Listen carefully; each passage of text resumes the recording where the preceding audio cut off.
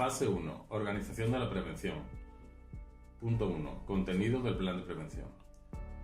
Simplemente porque el artículo 16 de la Ley de Prevención de Riesgos Laborales obliga a las empresas a implantar un plan de prevención de riesgos laborales, es necesaria dicha implantación, aunque pasamos a detallar el contenido del plan. El contenido del plan de autoprotección mínimo debe ser análisis y evaluación del riesgo, medidas y medios de protección, plan de emergencia. Detallamos los procedimientos de actuación en emergencia que deberán garantizar al menos la detección y alerta, la alarma, la intervención coordinada, el refugio, evacuación y socorro, la información en emergencia a todas aquellas personas que pudieran estar expuestas al riesgo y la solicitud y recepción de ayuda externa a los servicios de emergencia en su caso. Y lo último que tenemos que detallar del contenido mínimo es la implantación y mantenimiento. Punto 2. Organización de la prevención. Modalidades de organización de los servicios preventivos. Las alternativas que existen para organizar la prevención son: el empresario puede asumir personalmente la actividad preventiva. Esta alternativa no sería posible ya que sería solo para empresas de 10 o menos trabajadores, y en este caso son 70 trabajadores. Otra alternativa sería designar uno o varios trabajadores para llevarla a cabo. Considero que no sería adecuado porque solo hay que designar uno o varios trabajadores, pocos trabajadores al fin y al cabo. Y esto es un hotel de 4 estrellas, en el que no solo están los 70 trabajadores, sino además que es un sitio público en el que entra y sale muchísima gente diariamente y además cada día suele ser gente diferente, con lo cual sería insuficiente e inadecuado. Podríamos recurrir a un servicio de prevención ajeno, que sería otra opción. Este podría ser adecuado, pero debido al alto coste y al hecho de que teniendo un servicio de prevención propio, que sería la cuarta opción, sería más adecuado el servicio de prevención propio, ya que la velocidad de intervención en un caso de emergencia sería mucho mayor. Entonces, consideramos que lo más apropiado es un servicio de prevención propio. Punto 3. Organización de la prevención. Los delegados de prevención son nombrados entre los representantes de los trabajadores y por los mismos representantes de los trabajadores de la empresa. Siempre tiene que ser en una empresa que cuente con 6 o más trabajadores.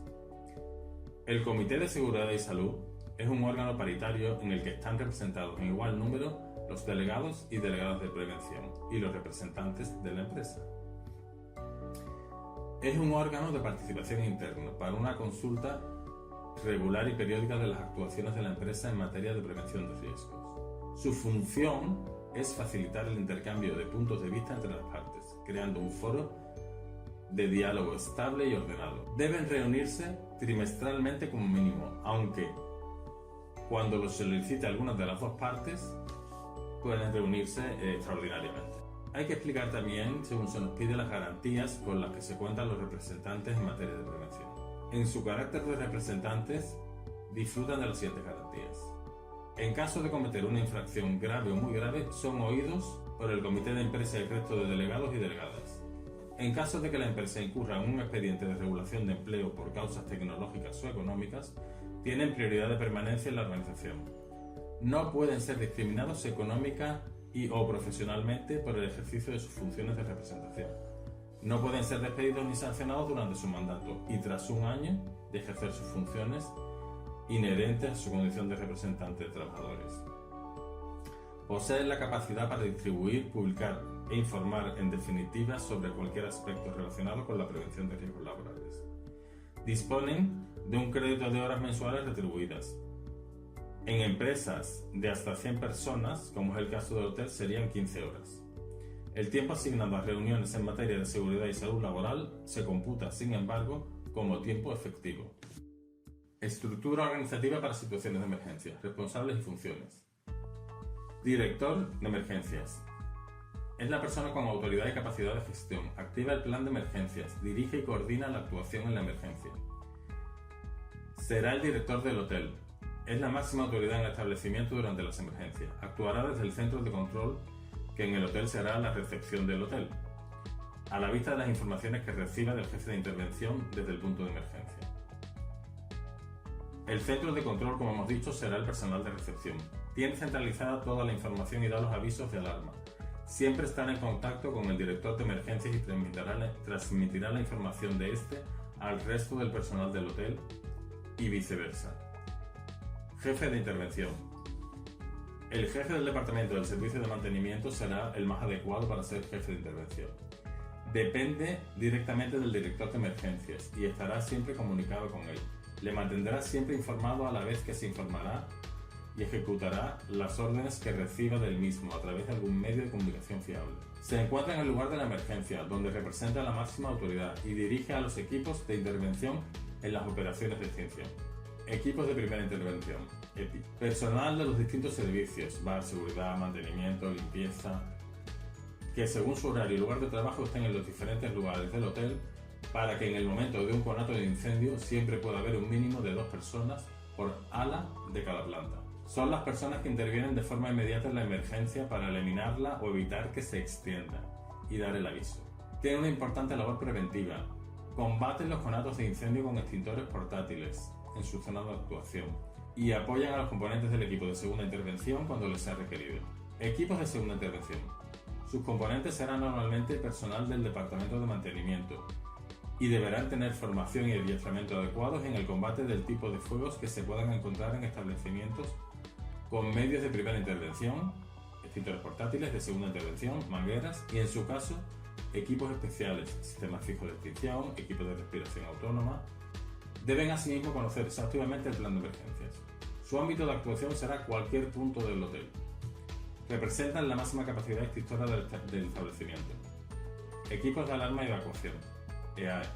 Serán elegidos por el Departamento de Recursos Humanos teniendo en cuenta que el perfil de estas personas debe ser tal que, entre otras características, tengan serenidad y sepan infundir y transmitir tranquilidad a los demás, ya que dirigirán la evacuación total. Serán formados especialmente para una emergencia real y debe haber un mínimo de 2 en cada ala de cada planta. Equipos de primeros auxilios, EPA.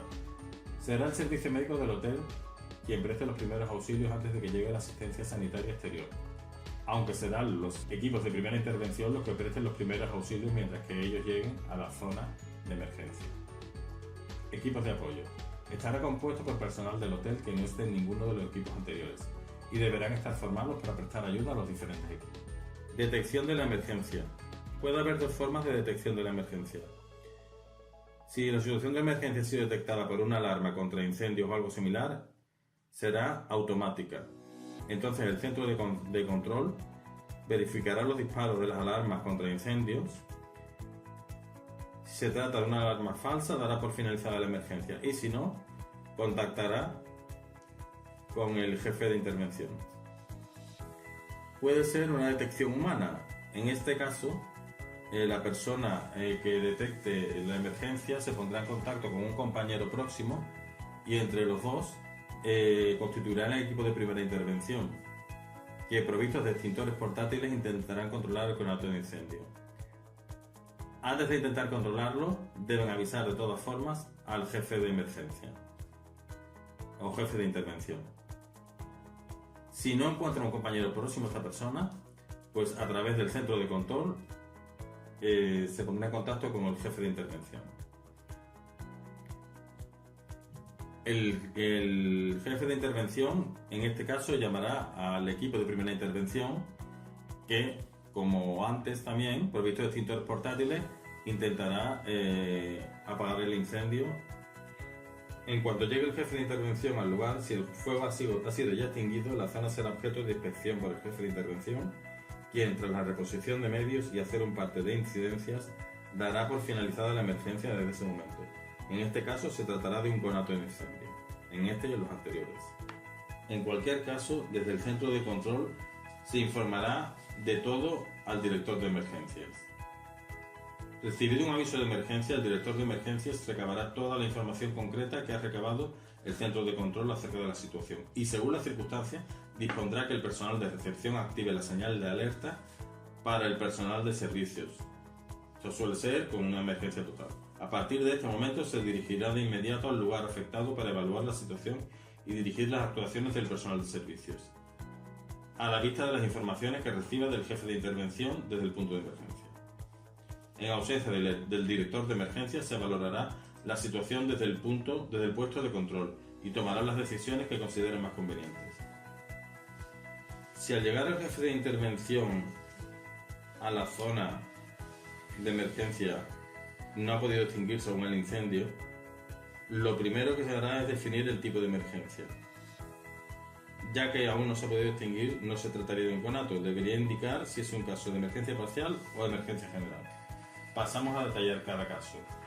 Emergencia parcial. Si el jefe de intervención estima que se trata de una emergencia parcial, lo primero que hará es avisar de inmediato al equipo de segunda intervención, que es el equipo de intervención de personal interno del hotel especializado en estas cosas. Los equipos de primera intervención deberán ayudar a los componentes del equipo de segunda intervención cuando les sea requerido. La composición mínima del equipo de segunda intervención debe ser 3 personas, pudiendo formar más de un equipo cuando las circunstancias de amplitud del establecimiento lo requieran. En este caso, en el hotel, debería haber más de un equipo de segunda intervención, ya que hay varios turnos y es un edificio muy amplio.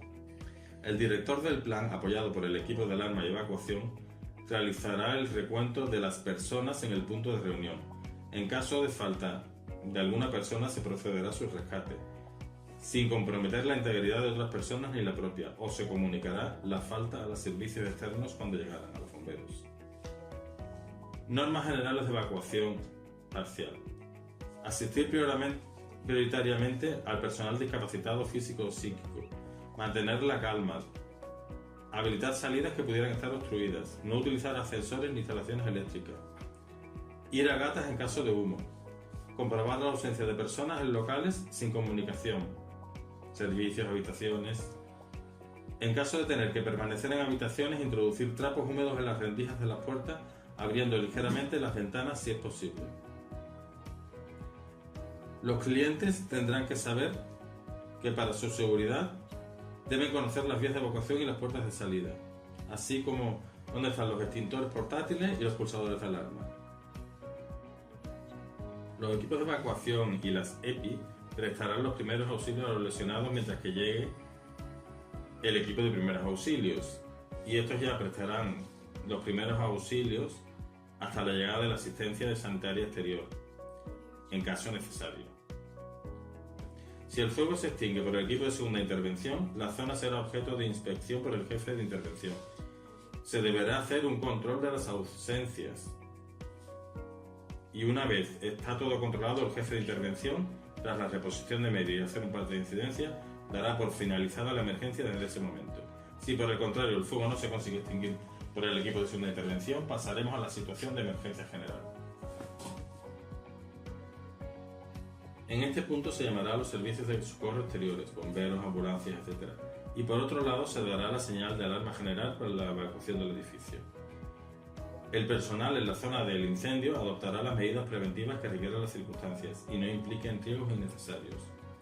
El jefe de intervención avisará al centro de control de la necesidad de activar la señal de alarma general y tras avisar al director de emergencias y a su requerimiento, si considera el director de emergencias que existe posibilidad de peligro para los ocupantes, se activará la señal de alarma general. Una vez activada la señal de alarma general, se llamará, como hemos dicho antes, al 112. Evacuación y primeros auxilios. En cuanto se active la señal de alarma general, se organizará la evacuación del público por el equipo de alarma y evacuación hasta los puntos de concentración prefijados en el exterior, siguiendo el plan de evacuación. Normas a tener en cuenta en una evacuación en caso de incendio. Al activarse la señal de evacuación, comprobar que las vías de evacuación se encuentran practicables. Mantener la calma. Eliminar obstáculos en puertas y rutas de evacuación. Guiar a los ocupantes hacia las vías de evacuación. Emprender la evacuación con rapidez, sin gritos ni aglomeraciones. Tranquilizar a las personas durante la evacuación, pero actuando con firmeza para conseguir una evacuación rápida y ordenada. Ayudar a las personas impedidas, disminuidas o heridas. No permitir el uso de los ascensores. No intentar llevar consigo objetos personales ni recuperar ningún objeto que se caiga.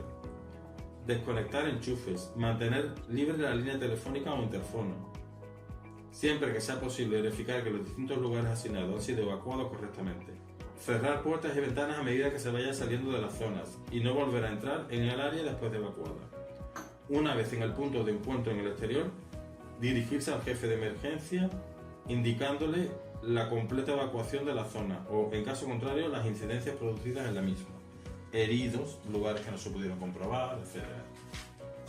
Primeros auxilios. El equipo de primeros auxilios acudirá al lugar de incendio si hubiera accidentes o enfermos. Se les prestará los primeros auxilios con los medios disponibles en el establecimiento, hasta la llegada de la ambulancia. Socorros exteriores. El jefe de intervención o el equipo de segunda intervención entrarán en contacto con el centro de control para que el director de emergencia les ordene la llamada a los bomberos. A la llegada de bomberos les informará de la situación y se mantendrá en contacto permanente con sus responsables para colaborar con ellos. Si no fuera posible entrar en contacto con el personal de recepción, se efectuará la llamada inmediata a bomberos desde el equipo de segunda intervención.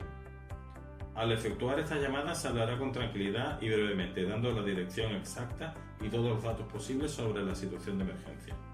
Una vez hayan llegado los bomberos, serán ellos los que asumirán la dirección de la emergencia y serán ellos los que se encarguen de apagar el fuego, contando siempre con la ayuda del equipo de segunda intervención si fuera necesario.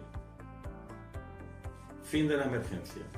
Una vez neutralizada la emergencia, el director de emergencias comprobará los daños y gestionará la realización de los trabajos de rehabilitación necesarios. Una vez recuperada la normalidad, organizará el regreso de los evacuados y, en caso necesario, su albergue provisional hasta que puedan retornar al edificio. Finalmente, dispondrá la investigación sobre las causas de origen y propagación de la emergencia, a fin de ejecutar las medidas correctoras necesarias.